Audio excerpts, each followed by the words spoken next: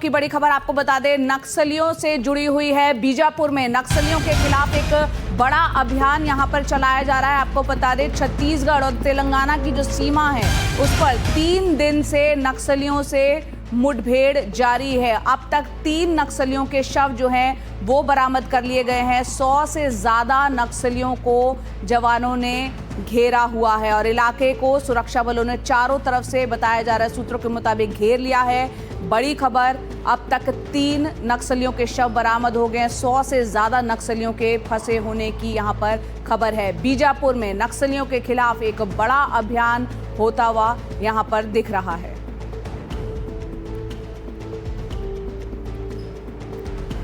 और इस वक्त हमारे सहयोगी नीरज तिवारी हमारे साथ जुड़ रहे हैं इस पर ज्यादा अपडेट के साथ। नीरज, छत्तीसगढ़ तेलंगाना सीमा पर नक्सलियों के खिलाफ एक बड़ा ऑपरेशन ये चल रहा है, उस ऑपरेशन से जुड़ी क्या जानकारी आपके पास? देखिए, ये बड़ा ऑपरेशन है जया, क्योंकि छत्तीसगढ़ की सीमा और तेलंगाना की सीमा इस इलाके से लगी हुई है और जवानों ने जो है 2 दिन से उस इलाके को घेर रखा है। चूंकि वहां पर बड़े कैडर के माओवादी की होने की सूचना मिली थी, उसके आधार पर यह पूरा ऑपरेशन लॉन्च किया गया। इस ऑपरेशन की लॉन्च करने के पहले ये इनपुट निकलकर सामने आए कि तेलंगाना से एक लेटर जारी हुआ था जिसमें कहा गया था कि इस इलाके में जो ग्रामीण है वो इस जंगल में, इस पहाड़ में ना घुसे, क्योंकि आसपास उन्होंने काफी संख्या में माइंस यानी कि आईईडी बम प्लांट कर रखे हैं। इस आधार पर पुलिस को जो है पुख्ता इनपुट मिले। इनपुट के आधार पर यह पूरा ऑपरेशन लॉन्च किया गया। 2 दिन से जवान उस इलाके में थे, चारों ओर से जवानों ने जो है उसे घेरा हुआ है। तेलंगाना की, आंध्रा की ग्रीन हंट फोर्स है वो इस इलाके में मौजूद है। बस्तर की जो बटालियन फोर्स है, छत्तीसगढ़ की फोर्स है, डीआरजी की फोर्स है, वो एक तरफ से घेरी हुई है। तो महाराष्ट्र की जो सीमा है वहां के 6 ईस्टर्न कमांडो उस पूरे पहाड़ को तीनों ओर से जो है घेर कर रखा हुआ है। इलाके की यह सूचना है कि 100 से अधिक माओवादी उस इलाके में हैं।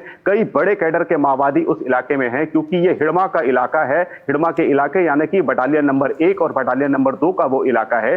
बड़े कैडर के माओवादी एक जगह वहां पर मौजूद थे। इस पूरी सूचना के आधार पर पूरा ऑपरेशन लॉन्च किया गया।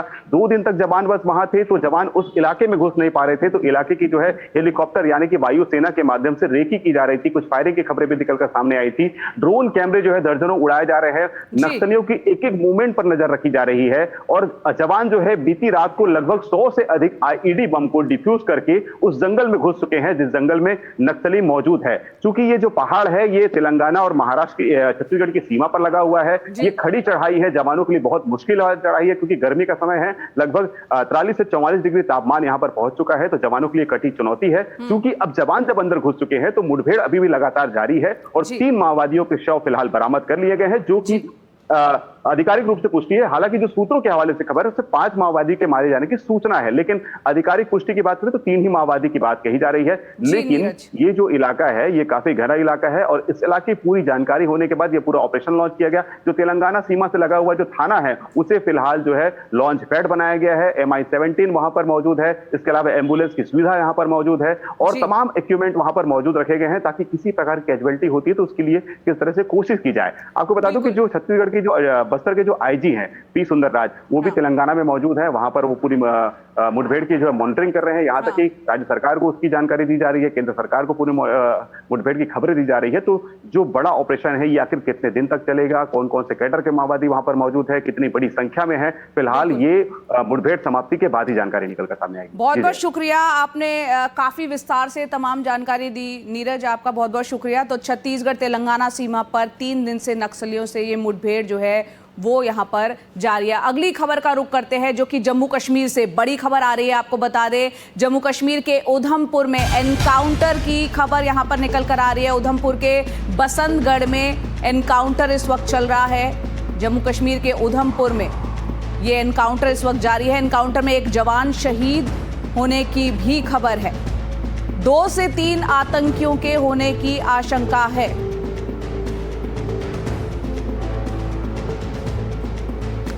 हमारे सहयोगी फोन लाइन पर राजीव रंजन जुड़ रहे हैं, जो कि इस वक्त श्रीनगर में मौजूद है। जिस तरह से पहलगाम में आतंकी हमला हुआ उसके बाद से पल पल की जानकारी वो वहां से भेज रहे हैं।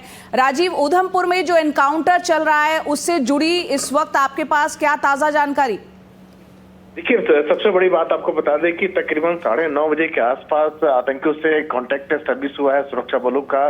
सेना और जम्मू कश्मीर पुलिस का ये संयुक्त ऑपरेशन है। और उसके बाद अभी जो जानकारी मिल पा रही है कि बसंतगढ़, उधमपुर जिला का बसंतगढ़ इलाका है, पहाड़ी इलाका है, बहुत डिफिकल्ट टेरेन है, यहाँ पर जंगल है, पहाड़ है, और वहां आतंकियों के साथ कांटेक्ट सर्विस होने पर फायरिंग शुरू हो गई है। और एक जवान जो सेना का पहले घायल हुआ था, उसको अस्पताल में एडमिट कराया गया, लेकिन उसे बचाया नहीं जा सका है। फिलहाल 2 से 3 आतंकियों के वहां होने की आशंका है, और फिलहाल सुरक्षा बलों और सेना और आतंकियों की ओर से, दोनों ओर से जो है गोलाबारी चल रही है। लेकिन सुरक्षा बलों का ये कहना है कि जो भी आतंकी है, पूरे इलाके को कॉर्डन कर दिया गया है, ताकि आतंकी किसी भी सूरत हाल में उस जगह से भाग नहीं पाए। जो भी आतंकी है, उनको सेना का ये कहना है कि उनको मार गिराया जाएगा, पूरे इलाके की घेराबंदी कर ली गई है। जी, इसमें एक जवान भी शहीद हुए हैं। बिल्कुल, एक जवान जो घायल हुआ था, शुरुआती गोलीबारी उसे लग गई थी, और उसके बाद उसको बचाया नहीं जा सका, जवान शहीद हो गया एनकाउंटर में। लेकिन सेना ने ये साफ किया है कि जिन्होंने जो शहादत जो है उस जवान के बेकार नहीं जाएगा, और जल्द ही जिन आतंकियों ने इस तरह का हरकत को अंजाम दिया है, उसे मार गिराया जाएगा। बहुत बहुत शुक्रिया राजीव, ये तमाम जानकारी देने के लिए। तो ये उधमपुर में एनकाउंटर इस वक्त चल रहा है, उधमपुर के बसंतगढ़ में ये मुठभेड़ जारी है और यहाँ पर एक जवान शहीद हो गए हैं। 2 से 3 आतंकियों के यहाँ पर होने की आशंका जताई जा रही है।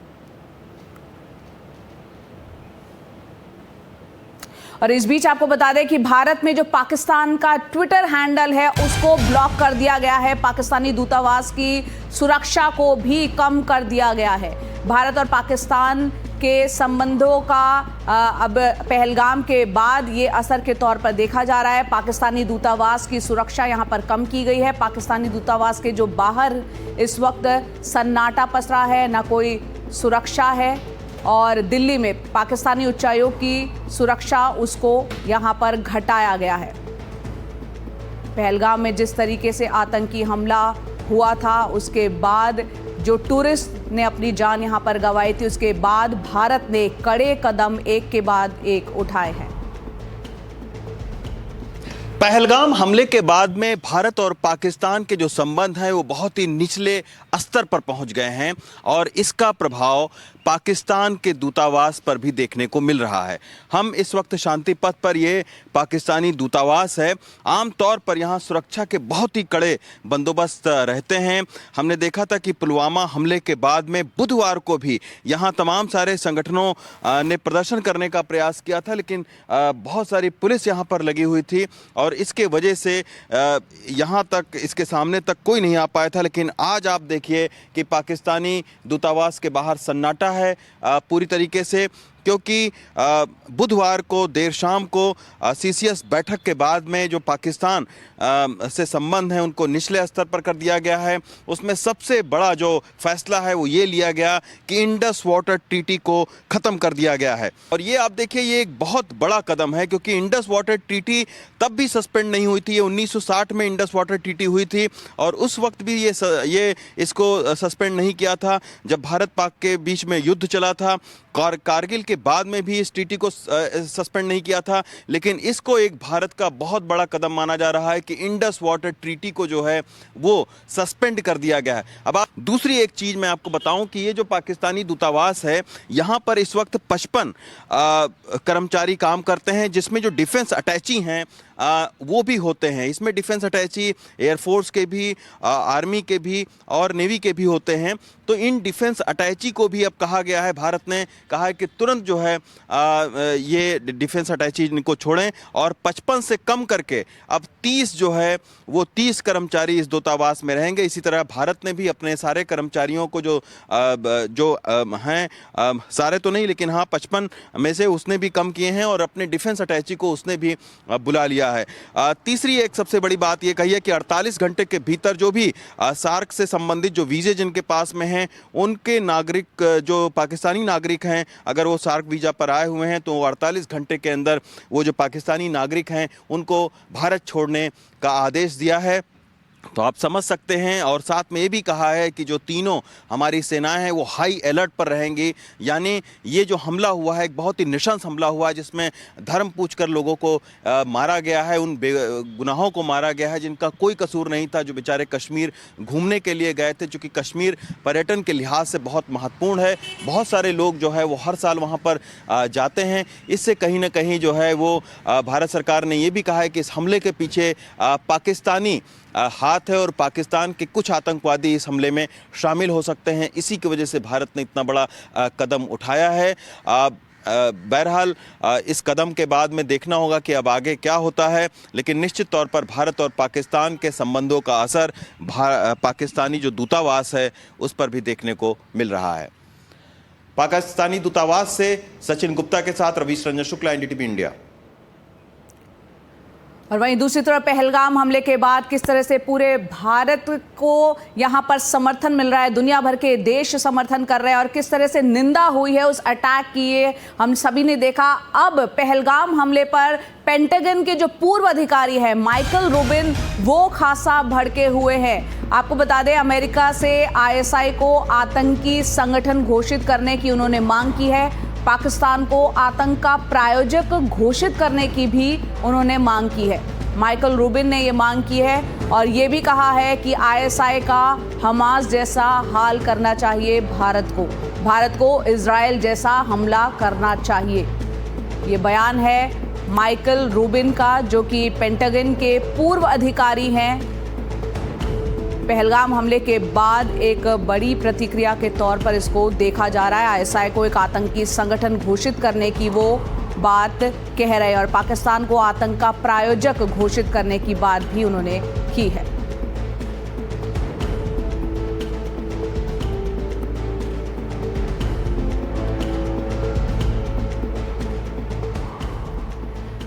तो पहलगाम में जो अटैक हुआ उसके बाद तमाम प्रतिक्रियाएं अलग अलग मुल्कों की भी आ रही है। हमारे साथ दो खास मेहमान जुड़ रहे हैं। अशोक कुमार, पूर्व डीजीपी उत्तराखंड के, वो हमारे साथ हैं। बहुत बहुत शुक्रिया हमसे जुड़ने के लिए अशोक जी। साथ ही lieutenant general retired Nitin Kohli, जो कि डिफेंस एक्सपर्ट है, रक्षा विशेषज्ञ, वो भी हमारे साथ है। बहुत बहुत शुक्रिया सर हमसे जुड़ने के लिए। अशोक जी, पहला सवाल आप ही से। एक तरफ जहां पहलगाम में अटैक हुआ, वहीं दूसरी तरफ खबर आ रही है उधमपुर से भी, वहां भी 2 से 3 आतंकी छुपे हुए हैं, वहां भी एनकाउंटर चल रहा है। लगातार हम देख रहे हैं किस तरह से एकाएक आतंक को यहां पर बढ़ावा दिया जा रहा है। आप ये तमाम घटनाओं को किस तरह से देख रहे हैं, खासतौर से अगर पहलगाम की बात करें तो? मैंने आपसे परसों भी मैंने एनडीटीवी पे बोला था कि ये पूरी तरह से पाकिस्तान की फ्रस्ट्रेशन का रिजल्ट है। बुखलाए हुए पाकिस्तान ने ये सब कदम उठाए हैं, एक एक करके कश्मीर उनके हाथ से निकलता जा रहा है। जिस तरह सभी लोगों ने प्रदर्शन किया है कश्मीर वैली में आतंकवाद के खिलाफ, ये भी प्रूफ है कि कश्मीर उनके जिस तरह से उन्होंने कश्मीर में आतंकवाद को बढ़ावा दिया था, 370 हट गया, बड़ी पीसफुली हट गया, इलेक्शन हो गए, बहुत पीसफुली हो गए। तो ये सारी जो चीजें हैं, इससे इनके मन में ये भाव पाकिस्तान में आता जा रहा है कि फिर हम इसको मुद्दा हमारे हाथ से छिन जाएगा। वो पूरा का पूरा पाकिस्तान और आईएसआई इसी मुद्दे पे जिंदा है। आपको पता, कश्मीर को ही कैश कर रहे हैं दुनिया भर में। तो इसलिए उन्होंने इस मुद्दे को जिंदा रखने के लिए कि नहीं हम हैं और हम इस कश्मीर मुद्दे को कभी नहीं छोड़ेंगे, उनके पाकिस्तान आर्मी के जनरल बोल चुके हैं, उसीलिए ये अटैक जो है अभी उसको दिखाने के लिए इन्होंने किया है। जी, हमारे साथ एक और खास मेहमान जो कि पूर्व स्पेशल डायरेक्टर है आईबी के, यशोवर्धन आज़ाद जी भी जुड़ गए हैं। यशोवर्धन जी, बहुत बहुत शुक्रिया हमसे जुड़ने के लिए। आपसे ये समझना चाह रहे हैं कि पहलगाम में जो अटैक हुआ उसके बाद भारत जो है कई कड़े कदम उठा रहा है। ऐसे 5 कदम उठाए गए हैं, एक के बाद एक लगातार स्थिति पर भारत ने नज़र बनाई हुई है। खास तौर से सिंधु नदी समझौते को रद्द करने की यहाँ पर भारत की तरफ से बात कही गई है। आप इसका असर किस तरह से देखते हैं, क्योंकि पाकिस्तान का एक बहुत बड़ा हिस्सा सिंधु नदी का जो जल वहां पहुंचता है, वहां की कहीं ना कहीं पाकिस्तान की अर्थव्यवस्था, वहां की ऊर्जा क्षेत्र पर अच्छा खासा असर डालेगा इसके बाद? मैं समझता हूं वो जो 5 घोषणाएं की गई हैं उसमें ये सबसे कारक सिद्ध होगा। इंडस वाटर ट्रीटी एक बोन ऑफ कंटेंशन रहा है पहले से और इस पे कई बार मीटिंग्स भी हो चुकी हैं और मैं समझता हूं कि इसका फर्क ज़रूर पड़ेगा पाकिस्तान पे। लेकिन बाकी जो चीज़ें हैं जैसे वाघा बॉर्डर पे जो वो बंद कर दिया गया है, मेरे ख्याल से उससे बिल्कुल जो आम लोग हैं उससे प्रभावित होंगे। तीसरा, जो यहाँ के एम्बेसी से अटैशीज, नेवल अटैशीज वगैरह को वापस भेज दिया गया है, वो एक बहुत ही अच्छा कदम है। लेकिन मैं ये कहना चाहता हूँ कि हमारे पास जितने ऑप्शंस हैं वो सिर्फ एक डिप्लोमेटिक ऑप्शन ही नहीं है, हमें और भी सारे ऑप्शंस को भी एक्सप्लोर करना चाहिए। सवाल ये है कि हमारी सरजमी पे अगर बाहर से आकर 26 लोगों का इस तरह कत्लेआम हो और वो भी धर्म के आधार पर, तो मैं नहीं समझता कि इससे ज्यादा कोई गंभीर इस तरह की कार्रवाई किसी भी टेररिस्ट द्वारा की गई हो। मैं समझता हूँ 26/11 के बाद जो मुंबई का अटैक हुआ था और उसके पहले छत्तीस सिंहपुरा में जो घटना हुई थी, उसके बाद यही घटना है और जिसके लिए हमें फिर से पुनः सोचना पड़ेगा। पिछली बार हमारे जितने डिप्लोमेटिक एक्टिविटी इसका कोई असर नहीं पड़ा। आपने देखा कि 17 साल बाद ये तहफ्फुज़ राना यहाँ पे आए हैं। इसलिए मैं समझता हूँ कि इसमें काफी चीजें का रिएक्शन देना जरूरी है। हमने जो सीज फायर किया हुआ है उससे फायदा सिर्फ पाकिस्तान को हो रहा है। उन्होंने 70-80 हजार के ट्रूप्स अपने शिफ्ट कर दिए हैं अफगानिस्तान के बॉर्डर पे। उन्होंने ये सारी अपनी सेना जो है बालूचिस्तान में अत्याचार करने के लिए लगा दी है। उन्होंने सेना का एक टुकड़ी जो है सीपेक को बचाने के लिए रख दिया है और चौथा जो पार्ट है वो टेररिस्ट पैड्स को हेल्प करने के लिए किया है। ऐसे में हमें गंभीरता से काफी ऑप्शंस को देखना पड़ेगा और ये कार्रवाई करने का समय है। मैं इसे मेक या ब्रेक सिचुएशन कहूंगा। बिल्कुल बिल्कुल, आप हमारे साथ बने रहें क्योंकि इस बीच एक और खबर यहाँ पर बता देना बहुत ही ज़रूरी है कि पाकिस्तान को जो है आतंकी देश घोषित करने की बात यहाँ कौन कर रहा है। आपको बता दें, पाकिस्तान को आतंकवाद का प्रायोजक देश घोषित करे अमेरिका। ये पाकिस्तान को आतंकी देश घोषित करने की यहाँ पर बात कर रहे हैं और ये बात कर रहे हैं पूर्व अमेरिकी अफसर माइकल रूबिन जो कि पेंटागन में थे। उनका ये बयान है कि पाकिस्तान को आतंकवाद का प्रायोजक देश घोषित करना चाहिए। साथ ही कहा है कि पाकिस्तान आर्मी असीम मुनीर को आतंकवादी घोषित करे अमेरिका। ये अमेरिका में रहकर पेंटागन के जो पूर्व अधिकारी हैं वो ये बात कह रहे हैं कि ओसामा बिन लादेन और असीम मुनीर के बीच सिर्फ एक अंतर है। ये उन्होंने कहा है कि लादेन जो है वो गुफा में छिपकर रहता था और असीम मुनीर जो है वो महल में रहता है। तो कंपैरिजन, एक तुलना यहाँ पर उन्होंने लादेन से की है कि लादेन और असीम मुनीर एक जैसे, यानी दोनों का अंतर एक जैसा होना चाहिए, एक जैसा उनके व्यवहार होना चाहिए। पूर्व अधिकारी पेंटागन के जो माइकल रूबिन है उनका बयान आया है। उन्होंने ये भी कहा है कि भारत को पाकिस्तान के खिलाफ जो है इजराइल जैसी स्ट्राइक करनी चाहिए, यानी कि जिस तरह से इजराइल ने अटैक किया है वो कह रहे हैं कि भारत को काम ऐसा करना चाहिए, पाकिस्तान के खिलाफ ऐसा कदम उठाना चाहिए। एक और बात उन्होंने कही है कि पाकिस्तान जो है आईएसआई के साथ, जो पाकिस्तान की एजेंसी है आईएसआई, उसके साथ वही होना चाहिए जो कि हमास के साथ हुआ है। ये बात उन्होंने कही है। इसके अलावा ये भी कहा है कि पाकिस्तानी एजेंसी आईएसआई के नेतृत्व को मिटाने का समय इस वक्त आ चुका है। जिस तरह से पहलगाम में अटैक हुआ है तो यानी उसको आईएसआई के को जो है उसको मिटाने का समय आ चुका है। ये भी कहा है कि दुनिया में आईएसआई को एक आतंकवादी संगठन माना जाना चाहिए और भारत का हर सहयोगी देश जो है आईएसआई को आतंकी संगठन माने। एक बड़ा बयान अमेरिका के पेंटागन के जो पूर्व अधिकारी है माइकल रूबिन, उनका ये बयान आया है और आतंकी संगठन घोषित करने की बात वो कह रहे हैं आईएसआई को। और इसी मुद्दे पर बातचीत करने के लिए हमारे साथ तीन खास मेहमान हैं। Lieutenant general retired Nitin Kohli, रक्षा विशेषज्ञ, वो भी हमारे साथ हैं। सर, एक बड़ा बयान यहाँ पेंटागन के जो पूर्व अधिकारी है कह रहे हैं कि आतंकी देश घोषित किया जाना चाहिए पाकिस्तान को और आईएसआई को आतंकी संगठन। पहली प्रतिक्रिया आपकी। देखिए, ये अच्छा है जो वो कह रहे हैं और इस समय हमें पूरे विश्व से सपोर्ट मिल रही है। जो समय ये है हमारे पास जहाँ पे पूरी डोमेस्टिक सपोर्ट गवर्नमेंट के साथ में है, क्योंकि हर आदमी उम्मीद करता है कि गवर्नमेंट कोई स्टर्न एक्शन ले। इंटरनेशनल सपोर्ट हमारे साथ में है, सभी देश हमें इस समय सपोर्ट कर रहे हैं। ये लग्जरी हमारे पास कुछ समय पहले नहीं थी। जैसे 2000 में अभी छत्तीस सिंहपुरा की बात की है, जब बिल क्लिंटन यहाँ पर आए थे और 35 सिखों को मारा गया था, उसके बाद में 21 अमरनाथ के यात्री मारे गए थे उसमें 2000 में ही। उस समय हमें इतनी डिप्लोमेटिक सपोर्ट नहीं थी, उस समय यूएस हमारी बात सुनता ही नहीं था। और तीसरी जो इस समय हमारी स्ट्रॉन्ग पोजीशन ये है कि पाकिस्तान इस समय बड़ी बुरी हालत में है, उनकी इकोनॉमिकली, मिलिटरीली, सोशली काफी हालत खराब है। तो ये सब कंडीशन हमारे फेवर में है, जहां हमारी गवर्नमेंट एक स्ट्रॉन्ग एक्शन जरूर लेगी। लेकिन हमारी गवर्नमेंट जो है एक बड़ी मैच्योर गवर्नमेंट है, एक नी जर्क रिएक्शन नहीं करेगी। देखिए, दो ऑप्शंस हैं हमारे पास में, काइनेटिक और non kinetic. Non kinetic field में 4-5 एक्शन कल ले लिए गए हैं जी, और काइनेटिक में भी on the time of our choosing जो हमें ठीक लगेगा उससे मैं उस चीज को करेंगे।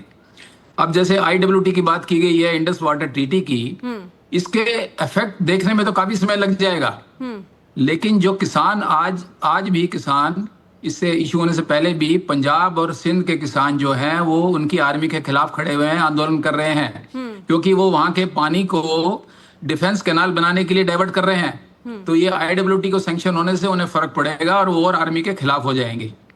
दूसरा इसका फायदा में ये है कि हमने जो प्रोजेक्ट इन नदियों पर अपनी कंट्री के अंदर बनाने हैं, हम उनको अपनी सुविधा से अपने मुताबिक बना सकते हैं बिना पाकिस्तान के इंटरफेरेंस के।